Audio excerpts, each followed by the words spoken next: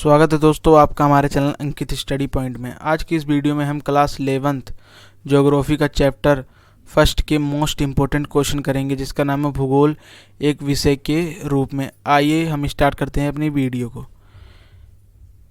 ये फर्स्ट यानी कि 1 मार्क्स के मोस्ट इम्पोर्टेंट क्वेश्चन है, तो आइए हम देख लेते हैं एक एक करके। पहला क्वेश्चन, किस विद्वान ने भूगोल यानी कि ज्योग्राफी शब्द का प्रयोग सर्वप्रथम किया था? तो इनका नाम है इरेटोस्थेनीज। सेकेंड, जीव भूगोल में किसका अध्ययन किया जाता है? जीव भूगोल में जीव विज्ञान का अध्ययन किया जाता है। थर्ड क्वेश्चन, भूगोल अध्ययन के 2 प्रमुख उपागम कौन से, यानी कि अप्रोच पढ़ने की? तो 2 अप्रोच हैं, एक क्रमबद्ध उपागम, दूसरा प्रादेशिक उपागम। फोर्थ क्वेश्चन, किस प्रश्न ने भूगोल को एक वैज्ञानिक विषय के रूप में स्थापित किया है? 3 प्रश्न हैं, क्या, कहाँ और क्यों।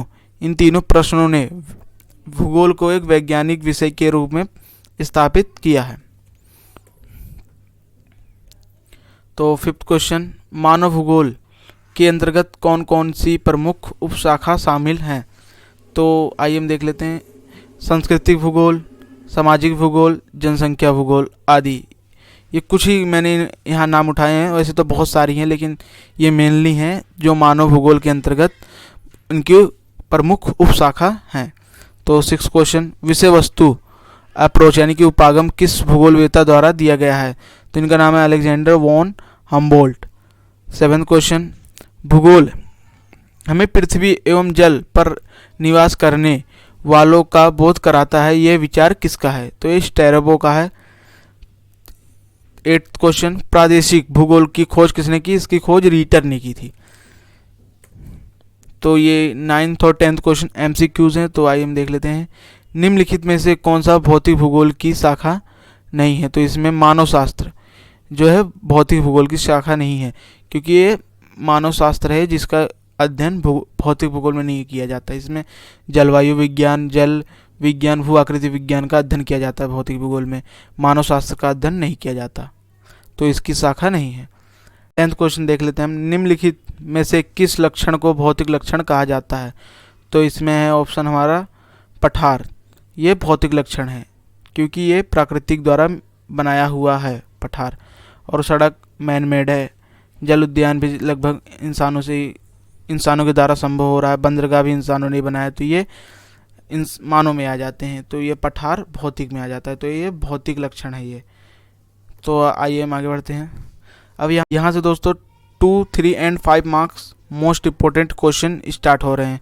तो फर्स्ट क्वेश्चन है, भूगोल की 2 मुख्य शाखाएं कौन सी हैं? तो भूगोल की 2 मुख्य शाखाएं भौतिक भूगोल और मानव भूगोल, ये मुख्य शाखाएं हैं। सेकंड क्वेश्चन, प्रादेशिक भूगोल की विभिन्न शाखाएं कौन सी हैं? तो इनमें 4 आती हैं, प्रादेशिक अध्ययन, प्रादेशिक नियोजन, प्रादेशिक विकास, प्रादेशिक विश्लेषण। ये इनकी शाखाएं। जब हम प्रादेशिक भूगोल पढ़ते हैं तो इनके स्टेप्स हैं, तब इन्हीं के जरिए किसी भी क्षेत्र के ऊपर अध्ययन करते हैं। भूगोल का शाब्दिक अर्थ क्या है?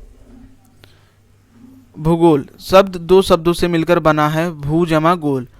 ये यहाँ भू शब्द का तात्पर्य पृथ्वी और गोल शब्द का तात्पर्य उसके गोल आकार से है।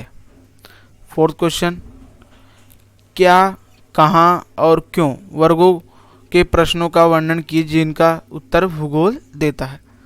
तो फर्स्ट, क्या, भूतल यानी कि पृथ्वी पर पाई जाने वाली प्राकृतिक तथा सांस्कृतिक विशेषताओं के प्रतिरूप की पहचान से जुड़े हुए होते हैं जो क्या प्रश्न के उत्तर देते हैं। सेकंड, कहाँ, पृथ्वी पर भौतिक एवं सांस्कृतिक तत्वों के वितरण से जुड़े हुए होते हैं। थर्ड, क्यों, क्यों प्रश्नों का तीसरा वर्ग व्याख्या तत्वों के बीच कार्य कारण संबंध से जुड़ा होता है जो क्यों का उत्तर देता है। तो नेक्स्ट क्वेश्चन पे बढ़ते हैं हम।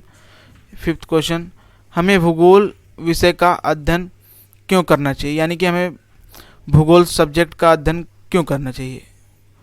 तो आइए कि करके हम देख लेते हैं इसके पॉइंट्स। फर्स्ट, भूगोल के अध्ययन से हमें मानव समाज में पाई जाने वाली विभिन्नता को समझने में आसानी होती है। जिससे वैश्विक शांति और भाईचारे की भावना प्रबल होती है। भूगोल हमको भूपृष्ठ की विविधताओं को समझने तथा स्थान व समय अर्थात स्पेस एंड टाइम के संदर्भ में ऐसी विभिन्नताओं को पैदा करने वाले कारकों की तलाश करने की योग्यता देता है। थर्ड पॉइंट, भूगोल यानी कि भूगोल मानचित्र के जरिए वास्तविक पृथ्वी को जानने और धरातल पर विभिन्न तत्वों के दृश्य ज्ञान की कुशलता विकसित करता है। 6 क्वेश्चन, ये मोस्ट इंपॉर्टेंट क्वेश्चन है, यानी कि ये लगभग रिपीटेड क्वेश्चन है, हर एग्जाम में पूछा जाता है। क्रमबद्ध और प्रादेशिक भूगोल में अंतर। तो आइए हम देख लेते हैं क्रमबद्ध। क्रमबद्ध भूगोल में एक विशिष्ट भौगोलिक तत्व का अध्ययन किया जाता है। इसमें एक ही तत्व का अध्ययन किया जाता है। सेकंड, क्रमबद्ध विधि किसी क्षेत्र का समाकालित इंटीग्रेटेड रूप प्रस्तुत करती है। यह विधि राजनीतिक इकाइयों पर आधारित होती है। फोर्थ, ये अध्ययन खोज व तथ्यों को प्रस्तुत करती है। फिफ्थ, इस अध्ययन में एक घटक जैसे जलवायु के आधार पर विभिन्न प्रकार और उप प्रकार के निश्चित किए जाते हैं। क्रमबद्ध में क्या है कि इसमें एक ही भौगोलिक तत्व का अध्ययन किया जाता है। जैसे किसी क्षेत्र से हमने उठा लिया, कोई किसी राज्य में हम गए अध्ययन करने के लिए, अगर वहाँ का हमने एक क्षेत्र उठा लिया, कोई भी जल तत्व उठा लिया, जैसे जलवायु उठा लिया या मृदा उठा ली, तो हम मृदा या जलवायु दोनों में से एक ही के बारे में अध्ययन करेंगे, दोनों के बारे में नहीं। इसमें एक ही का अध्ययन किया जाता है, इसलिए इसको क्रमबद्ध बोलते हैं। सेकंड, प्रादेशिक।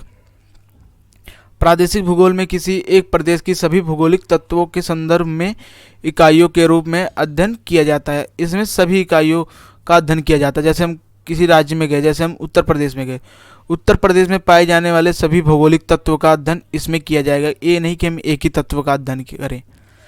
सेकंड पॉइंट, प्रादेशिक विधि एकाकी रूप प्रस्तुत करती है। यह विधि भौगोलिक इकाइयों पर आधारित है। यह विधि किसी प्रदेश के वातावरण तथा मानव के बीच अंतर संबंध प्रस्तुत करती है। इस अध्ययन में प्रदेशों का सीमांकन किया जाता है, इसे प्रादेशिकरण कहते हैं। तो ये हुआ प्रादेशिक। और एक मार्क्स में पूछ लिया जाता है प्रादेशिकरण किसे कहते हैं।